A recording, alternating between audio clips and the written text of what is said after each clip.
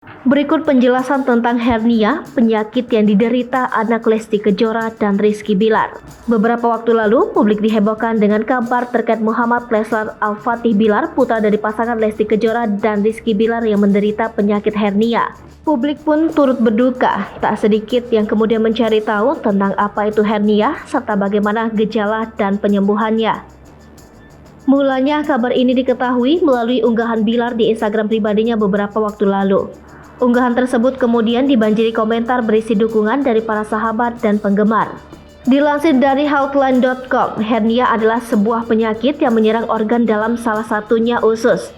Hernia disebabkan oleh jaringan yang menahannya di tempatnya. Seperti usus dapat menembus area yang melemah di dinding perut.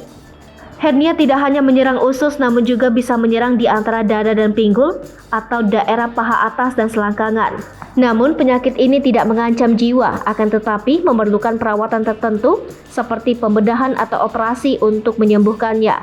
Terdapat beberapa jenis hernia, mulai dari hernia inguinalis, hernia hiatus, hernia umbilikalis, dan hernia ventral. Jenis hernia yang paling sering diderita oleh bayi dan anak-anak adalah hernia umbilikalis yang menyerang anak-anak dan bayi berusia 1 atau 2 tahun.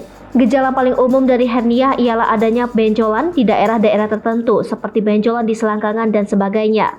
Gejala lain dari penyakit ini antara lain mulas, kesulitan menelan, dan nyeri pada dada.